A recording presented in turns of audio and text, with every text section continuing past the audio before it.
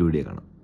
കുറച്ച് പോസ്റ്റ് ഒരു റീൽ ഇട്ടിട്ടുണ്ടായിരുന്നു. അത് ഒരുപാട് പേര് ഏറ്റെടുത്തിട്ടുണ്ട്. ജെന്യുവിൻ ആയിട്ടുള്ള നട്ടെല്ല് വളയ്ക്കാത്ത ഒരു PR ടീമിൽ നിന്നും സ്വാധീനിക്കപ്പെടാത്ത കുറെ മീൻസ് തലയിൽ ആൾതാമസമുള്ള ബ്രെയിൻ യൂസ് ചെയ്യുന്ന ജെന്യുവിൻ BB ഓഡിയൻസിന് അത് മനസ്സിലായിട്ടുണ്ട്. പിന്നെ ഇത് ഗെയിം കഴിഞ്ഞു എന്നുള്ള കാര്യം എനിക്കറിയാം. ഒരു ഇന്റർവ്യൂ ഫുൾ കാണാൻ കണ്ടിരിക്കുന്നത്. സോ എനിക്കത് വലിയ പ്രൂഫ് ഇല്ലായിരുന്നു. കാരണം പറഞ്ഞുകൊണ്ട് ഇത് കിട്ടിയിട്ടില്ല. പക്ഷേ ഇന്നത്തെ ഉള്ളത് കൊണ്ട് ഞങ്ങളുടെ വായിൽ തന്നെ അത് വീണു. അത് പറഞ്ഞ് കളമായിരിക്കാം എന്ന് PR തന്നെ പറഞ്ഞു. ഞാൻ പറയുന്നത് അവരുടെ ടീം അവരുടെ PR മാത്രം പറഞ്ഞു. ഇനി എന്റെ ഉത്തരവാദിത്തമാണ്. എന്റെ ഞാൻ കള്ളത്തരമാണ്. കള്ളിൽ വിളിച്ചതിന് മുമ്പിൽ PR മുമ്പിൽ എനിക്ക് അവരെ എക്സ്പോസ് ചെയ്യാൻ ശേഷം ഞാൻ ചെയ്യാൻ അതിന്റെ പേരിൽ വീണ്ടും കൊലയൊക്കെ കൊടുത്തിട്ടുണ്ട്. അവർ കണ്ടിട്ടുണ്ട്. അവരെ ഫുൾ ടീം കണ്ടിട്ടുണ്ട്. സോ ഞാൻ പരീക്ഷിച്ചു അവർ കണ്ടിട്ട് അവർ സപ്പോർട്ട് ചെയ്യാൻ PR ടീംസ് അതെല്ലാം എടുത്ത് കേൾക്കുള്ളൂ. PR വന്നു അല്ലെങ്കിൽ വന്നു എന്നാണ് കേൾക്കുന്നത്.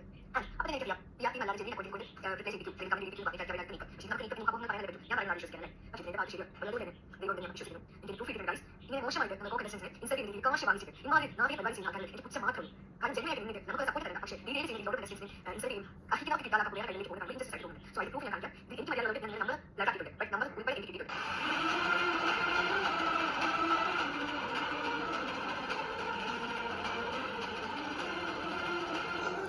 അപ്പോൾ ഇതിൻ്റെ ഫുൾ വീഡിയോ അവരുടെ ഗ്രൂപ്പ് ഇതിലുണ്ട്. ഞാൻ ഫസ്റ്റ് മനസ്സിലാക്കുന്നത് ഇവർക്ക് അറിയുന്നില്ല എന്താണ് ടോക്സിക് ഫാൻസ്, എന്താണ് PR എന്നുള്ളത്. PRനെ ഒരിക്കലും ഞാൻ മറ്റേ ഈ ഗ്രൂപ്പ് ഉണ്ടാക്കുന്ന ഏതെങ്കിലും ഒരു സാധാരണക്കാരൻ വ്യക്തിയായിരിക്കും.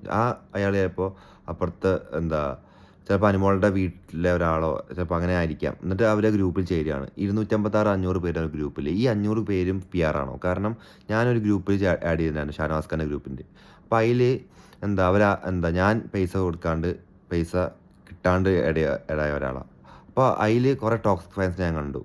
ഷാനവാസ് ഖാൻ്റെ ഗ്രൂപ്പിലുണ്ട്, പിന്നെ അനീഷിൻ്റെ, ഈ അനുമോളുടെ എല്ലാവർക്കും ടോക്സിക് ഫാൻസ് ഉണ്ട്. ഈ ടോക്സിക് ഫാൻസാണ് ഈ പരിപാടി ചെയ്യുന്നത്. അതാണ് PR അല്ല എന്നുള്ള ഒരു സമാന ബോധം നിങ്ങൾക്ക് ഉണ്ടാവണം എന്ന് ഞാൻ പറയുന്നത്. ഓക്കെ, നിങ്ങളുടെ വിഷമം ഞങ്ങൾക്ക് മനസ്സിലാവും. അത് എനിക്ക് മനസ്സിലാവും നിങ്ങൾ എന്താണ് പറയാൻ ഉദ്ദേശിച്ചത്. കാരണം നിങ്ങൾക്ക് കിട്ടുന്നുണ്ട് സൈബർ ബുള്ളിങ്.